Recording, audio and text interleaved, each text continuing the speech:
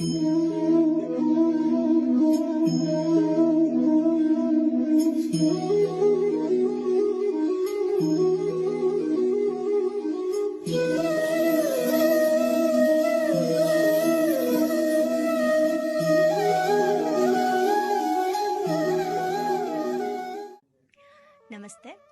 ಅಂಚೆಗೆ ಹೋಗದ ಪತ್ರದಿಂದ ಇವತ್ತು ನಾನು ಚಾಪ್ಟರ್ 5 ಓದ್ತಾ ಇದ್ದೀನಿ. ಸೊ ಇದೇನು ಹೇಳುತ್ತೆ, ಮಾರ್ಗದರ್ಶನದ ಅವಶ್ಯಕತೆಗಿಂತ ಗೌರವಿಸುವ ಅಗತ್ಯತೆ ಹೆಚ್ಚು. ಇದರಲ್ಲಿ ನಾನು ತಿಳ್ಕೊಬೇಕಾಗಿರೋದು ಮೇ ಬಿ ತುಂಬ ಚೆನ್ನಾಗಿದೆ ಅನ್ಸುತ್ತೆ. ಅದೇನಂತ ಅಂದರೆ, ನಾವು ಸಾಮಾನ್ಯವಾಗಿ ಎಲ್ರಿಗೂ ಮಾರ್ಗದರ್ಶನ ಮಾಡಕ್ಕೆ ಹೋಗ್ತೀವಿ, ಮಾರ್ಗದರ್ಶನಕ್ಕಿಂತ ಗೌರವ ಇಂಪಾರ್ಟೆಂಟ್ ಅಂತ ಹೇಳ್ತಾ ಇದ್ದಾರೆ. ಅದಕ್ಕೆ ಸಾಕಷ್ಟು ಎಕ್ಸಾಂಪಲ್ಸ್ ಕೊಟ್ಟಿದ್ದಾರೆ. ಅದೇನಂತ ಅಂದರೆ, ಸಾಮಾನ್ಯವಾಗಿ ಎಲ್ಲರ ಮನೆಯಲ್ಲಿ ನಡೆಯುವಂಥ ಘಟನೆ ಇದು ಅಂತ ಅನ್ಸುತ್ತೆ. ಸೊ ಎಲ್ರಿಗೂ ಇದು ಬಹಳ ಚೆನ್ನಾಗಿ ಅರ್ಥ ಆಗುತ್ತೆ ಅನ್ಸುತ್ತೆ. ನೋಡೋಣ ನಾವು ಇದನ್ನ ಯಾವ ಥರ ತಗೋಬೇಕು ಅಂತ ಅಂದರೆ ಆಮೇಲೆ ಹೇಳ್ತೀನಿ.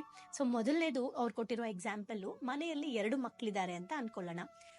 ಅದನ್ನ ಯಾವ ಥರ ನೋಡಬೇಕು, ಒಂದು ತಂದೆ ತಾಯಿಯಾಗಿ ನಾವು ನೋಡಬೇಕು, ನಮ್ಮ ಮನೇಲಿ 2 ಮಕ್ಕಳಿದ್ರೆ, ಒಂದು ದೊಡ್ಡ ಮಗು ಇನ್ನೊಂದು ಚಿಕ್ಕ ಮಗು. ಇನ್ನೊಂದು ನೋಡಬೇಕು, ನಾನು ನನ್ನ ತಂದೆ ತಾಯಿಗೆ ನಾನು ಚಿಕ್ಕ ಮಗುನ ದೊಡ್ಡ ಮಗುನ ಅಂತ, ಈ ಎರಡನ್ನೂ ಗಮನಿಸಿ. ಓಕೆ, ಬಟ್ ಯಾರನ್ನೂ ದೂರದ್ ಬೇಡ. ನಮಗೆ ಈ ನಾಲೆಜ್ ಸಿಗದೆ ಇದ್ದಾಗ ನಮ್ಮ ಬಿಹೇವಿಯರ್ ಬೇರೆ ಇರ್ಬೋದು, ಬಟ್ ಇನ್ನು ಮುಂದೆ ನಾವು ಹೇಗಿರಬೇಕು ಅಂತ ನಾವು ತಗೊಳ್ಳೋಣ. ಬಟ್ ನಮ್ಮ ತಂದೆ ತಾಯಿ ಏನೋ ಮಾಡಿದ್ದಾರೆ, ಅವ್ರಿಗಿದು ಅರ್ಥ ಆಗಿಲ್ವಾ ಅಂತ ಅವ್ರನ್ನೂ ನಾವು ದೂಷಿಸೋದು ಬೇಡ, ಅವರಿಗೆ ಈ ಜ್ಞಾನ ಸಿಕ್ಕಿಲ್ಲ ಅಂತ ತಗೊಳ್ಳೋಣ. ಓಕೆ, ಸೊ ಹೇಗೆ ಅಂತ ಅಂದರೆ, ಮನೇಲಿ 2 ಮಕ್ಕಳಿರ್ತಾರೆ, ಒಂದು ಮಗು 5 ವರ್ಷ, ಇನ್ನೊಂದು ಮಗು 2 ವರ್ಷದ್ದು ಅಂತ. ಸೊ ಇಲ್ಲಿ ಒಂದು ಅಕ್ಕ ತಮ್ಮನ ಸಂಬಂಧವನ್ನ ಎಕ್ಸಾಂಪಲ್ ಆಗಿ ಕೊಟ್ಟಿದ್ದಾರೆ. ಬಟ್ ನಾವು ನಮ್ಮ ಮನೇಲಿ ನಮ್ಮ ಮಕ್ಳು ಹೇಗಿದ್ದಾರೆ, ದೊಡ್ಡವರು ಅಣ್ಣನ, ಚಿಕ್ಕೋರ್ ತಂಗಿನ, ಈ ತರ ನೀವು ನೋಡ್ಕೊಳ್ಳಿ. ಬಟ್ ಅವ್ರು ಕೊಟ್ಟಿರೋ ಎಕ್ಸಾಂಪಲ್ ಅಕ್ಕ ಮತ್ತೆ ತಮ್ಮನ ಎಕ್ಸಾಂಪಲ್. ಅದೇನ್ ಕೊಟ್ಟಿದ್ದಾರೆ ಅಂತ ಅಂದ್ರೆ, ಆ 2 ಮಗುವಲ್ಲಿ ನಾವ್ ಏನ್ ಮಾಡ್ತೀವಿ, ಆ ಮಗು 5 ವರ್ಷ, ಈ ಮಗು 2 ವರ್ಷ, ಒಟ್ನಲ್ಲಿ 2 ಮಕ್ಳು ಚಿಕ್ಕವ್ರೆ. ಇದನ್ನ ನಾವು ಮರ್ತು ಹೋಗ್ಬಿಡ್ತೀವಿ. 2ನೇ ಮಗು ಬರ್ತಾ ಇದ್ದಂಗೆ ದೊಡ್ಡ ಮಗುನ ನೀನ್ ದೊಡ್ಡೋನಿವಾಗ ಅಂತ ಹೇಳಲಿಕ್ಕೆ ಸ್ಟಾರ್ಟ್ ಮಾಡ್ತೀವಿ. ಅಲ್ಲಿಂದಾನೆ ಮಗುಗೆ ಗೈಡೆನ್ಸ್ ಕೊಡಕ್ ಶುರು ಮಾಡ್ತೀವಿ, ಮಾರ್ಗದರ್ಶನ ಕೊಡಕ್ ಸ್ಟಾರ್ಟ್ ಮಾಡ್ತೀವಿ. ಆ ಮಾರ್ಗದರ್ಶನ ಎಷ್ಟು ಅವಶ್ಯಕತೆ ಇದೆಯಾ ಇಲ್ವಾ ಅನ್ನೋದನ್ನ ಇವ್ರ ಎಕ್ಸಾಂಪಲ್ ಆಗಿ ತುಂಬಾ ಚೆನ್ನಾಗಿ ಹೇಳಿದ್ದಾರೆ. ಸೊ ಏನಂತ ಅಂದ್ರೆ, ನಾವು ಆ ದೊಡ್ಡ ಮಗುಗೆ ಏನ್ ಮಾಡ್ತೀವಿ, ಏನೇ ತಗೊಂಡ್ ಬಂದ್ರು ನಿನ್ ತಮ್ಮಂಗ್ ಕೊಡು, ನಿನ್ ತಂಗಿ ಕೊಡು ಅಂತ ಹೇಳ್ತೀವಿ ಅಲ್ವಾ.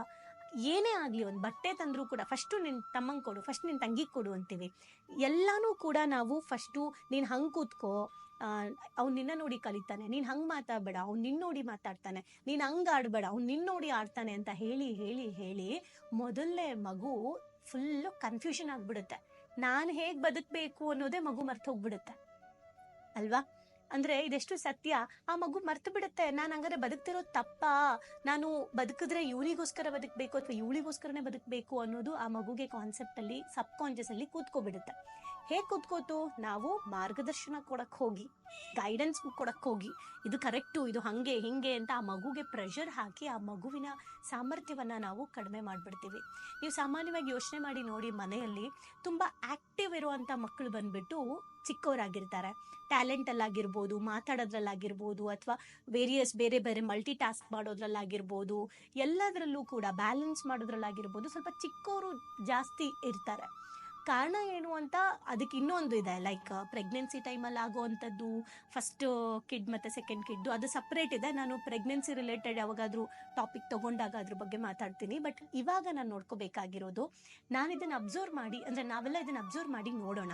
ಇಲ್ಲಿ ಏನಾಗುತ್ತೆ ಅಂದ್ರೆ, ಆ ಮಗುಗೆ ಹಿಂಗ್ ಮಾಡ್ಬೇಕು ಹಂಗ್ ಮಾಡ್ಬೇಕು ಅಂತ ಒಂದು ಅಕ್ಕ, ಅಂದ್ರೆ ಅಕ್ಕಂಗೆ ತಮ್ಮಂಗೆ ಹಿಂಗ್ ಮಾಡು, ಹಂಗ್ ಕೊಡು, ನೀನ್ ಮಾಡು, ನೀನ್ ಹಿಂಗೆ ಇರ್ಬೇಕು, ನೀನ್ ಅವ್ನ ಜವಾಬ್ದಾರಿ ನಿಂದು, ಅವನ್ನ ನೀನೇ ಕರ್ಕೊಂಡು ಹೋಗ್ಬೇಕು, ನೀನೇ ಕರ್ಕೊಂಡ್ಬರ್ಬೇಕು, ತಿನ್ಸು, ಅವನು ಸುಸು ಮಾಡಿದ್ದಾನೆ ಕರ್ಕೊಂಡು ಹೋಗು, ಮಾಡಿಸ್ಕೊಂಡು ಕರ್ಕೊಂಡ್ ಬಾ, ಅಲ್ಲಿ ನೀರ್ ಹಾಕೋ, ಅವ್ನು ಚಲ್ ಬಿಟ್ಟ, ನೀನ್ ದೊಡ್ಡಂತಾನೆ ಒರ್ಸು, ಹಿಂಗ್ ಹೇಳಿ ಹೇಳಿ ಹೇಳಿ ಆ ಮಗುಗೆ, ಓ ನಾನು ಇವನ್ ಜವಾಬ್ದಾರಿ ತಗೋಬೇಕು, ನಾನೇ ಇವನ್ನ ನೋಡ್ಕೋಬೇಕು, ನಾನೇ ಇವನ್ಗೆಲ್ಲ ಹೇಳ್ಕೊಡ್ಬೇಕು ಅಂತ ಆ ಮಗು ಕೂತ್ಕೋತು. ನಾನು ಮಾರ್ಗದರ್ಶನ ಮಾಡಿಬಿಟ್ಟು ಆ ಮಗುಗೂ ಕೂಡ ನೀನ್ ಇನ್ನೊಬ್ರಿಗೆ ಮಾರ್ಗದರ್ಶನ ಮಾಡ್ಬೇಕು ಅನ್ನೋದನ್ನೇ ಸಬ್ ಕಾನ್ಶಿಯಸ್ಗೆ ಮಗುಗೆ ಹಾಕ್ಬಿಟ್ಟಾಯ್ತು ನಾವು. ಓಕೆ, ಇದು ಒಂದು. ಇದು ಯಾವ್ಯಾವ ತರ ಡ್ಯಾಮೇಜ್ ಆಗುತ್ತೆ ಅಂತ ಕೂಡ ಹೇಳಿದ್ದಾರೆ.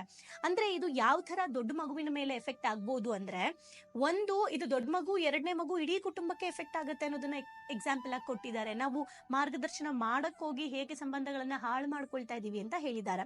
ಸೊ ಏನಾಗುತ್ತೆ ಅಂದ್ರೆ, ಈಗ ಅಕ್ಕ ದೊಡ್ಡವರಾಗಿರ್ತಾರೆ, ತಮ್ಮನ್ನ ಮದ್ವೆಯಿಂದ ಹಿಡಿದು ಎಜುಕೇಶನ್ ಇಂದ ಹಿಡಿದು ಪ್ರತಿ ಒಂದಕ್ಕೂ ಕೂಡ ಆ ತಮ್ಮನ ಲೈಫ್ ನ ನಾನ್ ನೋಡ್ಕೋಬೇಕು, ನಾನೇ ಮಾಡ್ಬೇಕು, ನಾನೇ ಕೊಡ್ಬೇಕು ಅಂತ ಬಂದು ಬಂದು ಬಂದು ಬಂದು ಏನಾಗಿರುತ್ತೆ, ಆ ತಮ್ಮನ್ಗೆ ಎಲ್ಲ ಇವಳು ಹೇಳ್ದಂಗೆ ಕೇಳ್ಬೇಕಾ ಅನ್ನೋದು ಸ್ಟಾರ್ಟ್ ಆಗ್ಬಿಟ್ಟು ತಮ್ಮನಲ್ಲೂ ಕೂಡ ಅವರ ಒಂದು ಕ್ವಾಲಿಟಿ ಕಡಿಮೆ ಆಗ್ತಾ ಹೋಗುತ್ತೆ.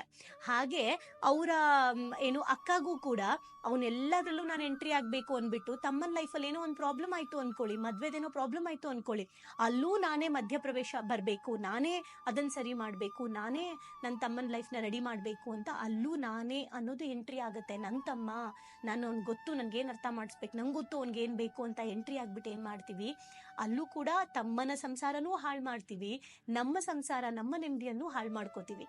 ಸೊ ಇದು ತುಂಬಾ ಇಂಪಾರ್ಟೆಂಟ್ ಆಗಿ ನಡೆಯುವಂಥದ್ದು. ಓಕೆ, ಸೊ ಇಲ್ಲಿ ನಾನು ತಿಳ್ಕೊಬೇಕಾಗಿರೋದೇನಂತ ಅಂದ್ರೆ, ನಾನು ಮಾರ್ಗದರ್ಶನ ಮಾಡಕ್ ಹೋಗಿ ತ್ಯಾಗ ಮಾಡು, ಅದು ಮಾಡು, ಇದು ಮಾಡು ಅಂತ ಹೇಳಿ ಎರಡು ಸಂಬಂಧಗಳನ್ನು ಹಾಳು ಮಾಡ್ತೀನಿ. ಕೊನೆಗ ಎಲ್ಲ ಡ್ಯಾಮೇಜ್ ಆದ್ಮೇಲೆ ಫೈನಲಿ ಅದು ಇಡೀ ಕುಟುಂಬವನ್ನ ಹಾಳು ಮಾಡುತ್ತೆ. ನಾವು ಮಾರ್ಗದರ್ಶನ ಮಾಡಕ್ ಹೋಗೇನೆ ಇವೆಲ್ಲ ಎಫೆಕ್ಟ್ ಮಾಡ್ಕೊಂಡ್ಬಿಟ್ಟಿದೀವಿ ಅನ್ನೋದು ನಾವಿಲ್ಲಿ ತಿಳ್ಕೊಬೇಕಾಗಿರುವಂಥದ್ದು. ಇದು ಬರೀ ಅಕ್ಕ ತಂಗಿಯಲ್ಲಿ ಮಾತ್ರ ಅಲ್ಲ, ತಂದೆ ತಾಯಿ ಕೂಡ ಮಕ್ಕಳಿಗೆ ಏನ್ ಮಾಡ್ತಾರೆ ಅಂತ ಇಲ್ಲಿ ಕೊಟ್ಟಿದ್ದಾರೆ. ಹೇಗೆ ಇದು ಈಗ ಏನು ಶಬ್ದ ಉಚ್ಚರಿಸ್ಬೇಕಾದ್ರಿಂದ ಹಿಡಿದು, ನಿಮ್ ಮೊದಲನೇ ಶಬ್ದ ಈ ತರ ಮಾತಾಡ್ಬೇಕು, ನೀನು ಮೊದಲು ಇದನ್ನ ಬರಿಬೇಕು, ನೀನ್ ಹೀಗೆ ನಡಿಬೇಕು, ಹೀಗ್ ಕುತ್ಕೋಬೇಕು, ಇದನ್ನ ತಂದೆ ತಾಯಿಗಳು ಮಕ್ಕಳಿಗೆ ಹೇಳಿ ಹೇಳಿ ಆ ಪಾತ್ರನ ವಹಿಸ್ಕೊಂಡು ನೀನ್ ಇದನ್ನೇ ಓದ್ಬೇಕು, ನೀನ್ ಈ ಕೆಲ್ಸಾನೇ ಮಾಡ್ಬೇಕು ಅಂತ ಹೇಳಿ ಆ ಮಗುವಿಗೆ ನಿಜವಾಗ್ಲೂ ನಾನು ಹೇಗ್ ಜೀವಿಸ್ಬೇಕು ಅನ್ನೋದು ಮರ್ತೋಗ್ಬಿಟ್ಟಿರತ್ತೆ. ಮೊದಲನೇದು ಅದು. ಹಾಗೆ ಆಗ್ತಾ ಆಗ್ತಾ ಒಂದಿನ ಬಿಗಿನಿಂಗ್ ಅಲ್ಲಿ ಏನ್ ಅನ್ಸುತ್ತೆ, ನಮ್ಮಪ್ಪ ನಮ್ಮಮ್ಮ ಸೂಪರ್ ಮ್ಯಾನ್, ಸೂಪರ್ ವುಮನ್ ಅಂತ ಅನ್ಸುತ್ತೆ. ಬಟ್ ಬೆಳಿತಾ ಬೆಳಿತಾ ಬೆಳಿತಾ ಬೆಳಿತಾ ಮಗುಗೆ ತಂದೆ ತಾಯಿ ಮೇಲೆ ದ್ವೇಷ ಸ್ಟಾರ್ಟ್ ಆಗುತ್ತೆ. ಅಯ್ಯೋ, ಬರೀ ಇವ್ರು ಹೇಳ್ದಂಗೆ ಇರ್ಬೇಕಾ ಅಂತ ಸ್ಟಾರ್ಟ್ ಆಗುತ್ತೆ. ಯಾಕಂದ್ರೆ ಆ ಮಗುಗೆ ಸ್ವಂತವಾಗಿ ಯೋಚನೆ ಮಾಡೋಕೆ ಮರ್ಸ್ಬಿಟ್ಟಿರ್ತೀವಿ ನಾವು, ನಾವೇ ಗೈಡ್ ಮಾಡಿ ಮಾಡಿ ಮಾಡಿ ಮಾಡಿ ಮಾಡಿ. ಸೊ ಅದು ಏನಾಗುತ್ತೆ, ಆಮೇಲೆ ದೊಡ್ಡವರಾದ್ಮೇಲೆ ತಂದೆ ತಾಯಿ ಜೊತೆಗೆ ಜಗಳಗಳು ಸ್ಟಾರ್ಟ್ ಆಗುತ್ತೆ. ಎಲ್ಲವನ್ನ ನಾನು ನಿಮ್ಮನ್ ಕೇಳೇ ಮಾಡ್ಬೇಕಾ ಅನ್ನೋ ಒಂದು ಮನಸ್ತಾಪಗಳು ಸ್ಟಾರ್ಟ್ ಆಗುತ್ತೆ. ಅದರಿಂದ ತಂದೆ ತಾಯಿಗೂ ನೋವಾಗುತ್ತೆ, ಮಗುಗೂ ನೋವಾಗುತ್ತೆ. ಫೈನಲಿ ಎಲ್ರಿಗೂ ಪೇನ್ ಆಯ್ತು. ಏನ್ರಿಂದ ಶುರುವಾಯ್ತು? ಗೈಡೆನ್ಸ್, ಮಾರ್ಗದರ್ಶನ ನಾನ್ ಕೊಡ್ತಾ ಇದ್ದೀನಿ ಅಂತ ಹೋಗಿ ಹೋಗಿ ಹೋಗಿ ಈ ತರ ಹಾಳು ಮಾಡ್ತಾ ಇರ್ತೀವಿ.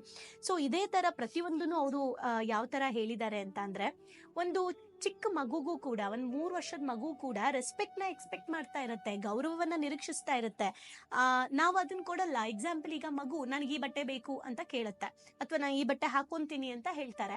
ನಾವೇನ್ ಮಾಡ್ತೀವಿ ಅವಾಗ? ಇದು ಬೇಡ ಇದನ್ನ ಹಾಕೋ, ಅದು ಬೇಡ ಇದನ್ನ ಹಾಕೋ ಅಂದ್ರೆ ನಾವ್ ಹೋಗ್ಲಿ ಅರ್ಥನೂ ಮಾಡ್ಸಲ್ಲ. ಅವರ ಏನ್ ಹೇಳ್ತಾರೆ, ಅವರ ಅಭಿಪ್ರಾಯನ ಇಮಿಡಿಯೇಟ್ ರಿಜೆಕ್ಟ್ ಮಾಡ್ಬಿಡ್ತೀವಿ, ಇದು ಬೇಡ ಇದು ಬೇಕು ಅಂತ. ಹಾಗೆ ಒಂದು ಹೋಟೆಲ್ಗೆ ಹೋಗಿ ನಾನು ಇದನ್ನ ಆರ್ಡರ್ ಮಾಡ್ತೀನಿ ಅಂತ ಹೇಳಿದ್ರೆ, ಇದು ತಿನ್ಬಾರ್ದು, ಇದು ತಿನ್ನು ಟಕ್ ಅಂತ ನಾವು ರಿಜೆಕ್ಟ್ ಮಾಡ್ಬಿಡ್ತೀವಿ. ಅವಾಗ ಆ ಮಗುವಿನ ಮೈಂಡ್ ಅಲ್ಲಿ ನನ್ನ ಭಾವನೆಗಳನ್ನ, ನನ್ನ ಅಭಿಪ್ರಾಯಗಳನ್ನ ಇವರು ಗೌರವಿಸ್ತಿಲ್ಲ ಅಂತ ಬರುತ್ತೆ. ನಾವಲ್ಲಿ ಏನ್ ಮಾಡಿದ್ವಿ? ಭಾವನೆಗಳನ್ನ ಗೌರವಿಸೋ ಜಾಗದಲ್ಲಿ ಮಾರ್ಗದರ್ಶನ ಮಾಡಿದ್ವಿ, ಇದನ್ ತಿನ್ಬೇಕು, ಅದನ್ನ ಹಾಕೋಬೇಕು ಅಂತ. ಹಿಂಗ್ ಮಾಡಿ ಮಾಡಿ ಮಾಡಿ ಮಾಡಿ ಸಂಬಂಧಗಳು ಹಾಳಾಗ್ತಾ ಇದೆ. ಹಿಂಗ್ ಮಾಡಿ ಮಾಡಿ ಮಾಡಿ ನಾನು ಹ್ಯಾಪಿ ಆಗಿರಲ್ಲ, ನನ್ನ ಜೊತೆಲಿರೋ ಸಂಬಂಧನೂ ಹ್ಯಾಪಿ ಆಗಿರಲ್ಲ. ಇದು ಬರೀ ತಂದೆ ಮಕ್ಕಳು ಸಂಬಂಧ ಮಾತ್ರ ಅಲ್ಲ, ಅಕ್ಕ ತಂಗಿ ಸಂಬಂಧ ಮಾತ್ರ ಅಲ್ಲ, ಗಂಡ ಹೆಂಡತಿ ಸಂಬಂಧದಲ್ಲೂ ಇದು ನಡೆಯುತ್ತೆ, ಅತ್ತೆ ಸೊಸೆ ಸಂಬಂಧದಲ್ಲೂ ನಡೆಯುತ್ತೆ. ವುಮೆನ್ಸ್ಗೆ ಸಂಬಂಧಪಟ್ಟಂಗೆ ಸೆಷನ್ ಸ್ಟಾರ್ಟ್ ಮಾಡಿದಾಗ ನಾನು ಹೇಳ್ತೀನಿ ವುಮೆನ್ಸ್ ಯಾಕೆ ಕ್ಲಾಶಸ್ಗಳಾಗತ್ತೆ ಅಂತ. ಸೊ ಅತ್ತೆ ಮತ್ತೆ ಸೊಸೆಗಳ ನಡುವೆನೂ ಏನಾಗುತ್ತೆ, ಅತ್ತೆ ಬರ್ತಿದ್ ಸೊಸೆಗೆ ಗೈಡ್ ಮಾಡಕ್ ಹೋಗ್ತಾರೆ, ನಮ್ಮನೆ ಪದ್ಧತಿ ಇದು, ನೀನ್ ಹೆಂಗಿರ್ಬೇಕು ಅಂತ ಗೈಡ್ ಮಾಡಕ್ ಹೋಗ್ತಾರೆ. ಅಲ್ಲಿ ಕ್ಲಾಶಸ್ಗಳು ಸ್ಟಾರ್ಟ್ ಆಗುತ್ತೆ. ಅವರ ಅಭಿಪ್ರಾಯ, ಅವ್ರು ಹೇಗಿದ್ದಾರೆ ಹಾಗೆ ಅದನ್ನ ನಾವು ಗೌರವಿಸ್ತಾ ಇರೋದಿಲ್ಲ. ಸೊ ಇಲ್ಲಿ ಏನ್ ಹೇಳ್ತಿದ್ದಾರೆ ಅಂದ್ರೆ, ನಿಮ್ಮ ಉದ್ದೇಶ ಎಷ್ಟೇ ಚೆನ್ನಾಗಿರ್ಲಿ, ಎಲ್ರಿಗೂ ಯಾರಿಗೆ ಆಗಿರ್ಬೋದು ಅಥವಾ ಎಲ್ರಿಗೂ ಮಾರ್ಗದರ್ಶನ ಕೊಡಬೇಡಿ. ಹೀಗಿದೆ ಅಂತ ಹೇಳಿ ಆಯ್ಕೆ ಅವ್ರಿಗೆ ಬಿಡಿ, ಅವ್ರು ಹೇಗೆ ಅಭಿಪ್ರಾಯಗಳನ್ನ ವ್ಯಕ್ತಪಡಿಸ್ತಾರೆ ಅದನ್ನ ನೀವು ಗೌರವಿಸಿ. ಸೊ ನೀವು ಅವರಿಗೆ ಕೊಡ್ಬೇಕಾಗಿರೋ ಗೌರವ ನಿಮ್ ಕೈಯಲ್ಲಿರುತ್ತೆ. ಅಂಡ್ ಮಾರ್ಗದರ್ಶನಕ್ಕಿಂತ ಗೌರವ ತುಂಬಾ ಇಂಪಾರ್ಟೆಂಟ್ ಅಂತ ಇಲ್ಲಿ ಹೇಳ್ತಾ ಇದ್ದಾರೆ. ಈಗ ನೀವು ಯೋಚನೆ ಮಾಡಿ, ಯಾರ್ಯಾರಿಗೆ ಗೈಡ್ ಮಾಡ್ತಾ ಇದ್ದೀರಾ, ಇದನ್ನ ನೋಡು, ಅದನ್ನ ನೋಡು, ಇದನ್ನಾಕು, ಅದನ್ನೇ ಮಾಡು, ಇದನ್ನೇ ಮಾಡು ಅಂತ ಮಕ್ಕಳಿಂದ ಹಿಡಿದು ಗಂಡ ಹೆಂಡತಿ ಅತ್ತೆ ಮಾವ ತಂದೆ ತಾಯಿ ಫ್ರೆಂಡ್ಸು ಎಲ್ಲ ಕಡೆ ಕೂಡ ನಾವು ಗೈಡ್ ಮಾಡಕ್ ಹೋಗಿ ಹೋಗಿ ಹೋಗಿ ಹೋಗಿ ಎಫೆಕ್ಟ್ ಮಾಡ್ಕೊಳ್ತಾ ಇರ್ತೀವಿ. ಕೊನೆಯದಾಗಿ ಇವ್ರು ಏನ್ ಹೇಳ್ತಾ ಇದ್ದಾರೆ ಅಂದ್ರೆ, ನೀವ್ ಹೇಳಿ ಅವರಿಗೆ ನಿಮ್ಮ ಮಾರ್ಗದರ್ಶನ ಪಡಿಬೇಕಾ ಬೇಡವಾ ಅನ್ನೋದು ಅವರ ಆಯ್ಕೆ ಆಗಿರ್ಬೇಕು. ನಿಮ್ಮ ಆಯ್ಕೆ ಅಲ್ಲ ಈ ಗೈಡೆನ್ಸ್ ತಗೋ ಅಂತ ಹೇಳೋದು, ಅವ್ರ ಆಯ್ಕೆ ಆಗಿರ್ಬೇಕು. ಇವ್ರದ್ದು ಗೈಡೆನ್ಸ್ ತಗೋಬೇಕಾ ಬೇಡವಾ ಅಂತ ಅಷ್ಟೇ ನಾನು ಮಾಡ್ಲಿಕ್ಕೆ ಸಾಧ್ಯ. ಬೇರೆದನ್ನ ಮಾಡಿ ನೀವು ಯಾವಾಗ್ಲೂ ಗೈಡೆನ್ಸ್ ಕೊಡ್ತೀನಿ ಅಂತ ಹೋಗಿ ಆ ಸಂಬಂಧವನ್ನ ಹಾಳು ಮಾಡ್ಕೋಬೇಡಿ. ಸೊ ಮಾರ್ಗದರ್ಶನದ ಅವಶ್ಯಕತೆಗಿಂತ ಪ್ರಪಂಚಕ್ಕೆ ಗೌರವದ ಅಗತ್ಯತೆ ಹೆಚ್ಚಿದೆ ಅಂತ. ಸೊ ಇವಾಗ ನೀವು ಯೋಚನೆ ಮಾಡಿ.